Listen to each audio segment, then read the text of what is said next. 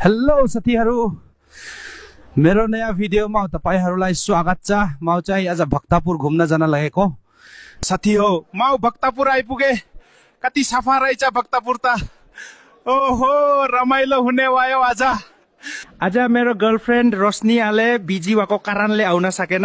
अर्को भ्लगमा पक्का देखाउँछु गाइस।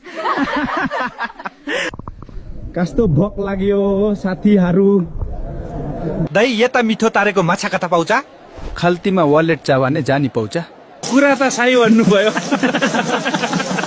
गाइस, म यसो हावा खाना यता भक्तपुरको गुन्दु जंगलतिर चिरेको। ओहो, कस्तो राम्रो सफा ठाउँ, कस्तो सफा हावा। मेरो दुई तैनाको पल खुल्ला भयो। मजा आयो गाइस। आज कुतै खैयला जस्तो छ गाइस। हमले 7 बजे भन्दा अगाडि घर आइजो भनेको थियो।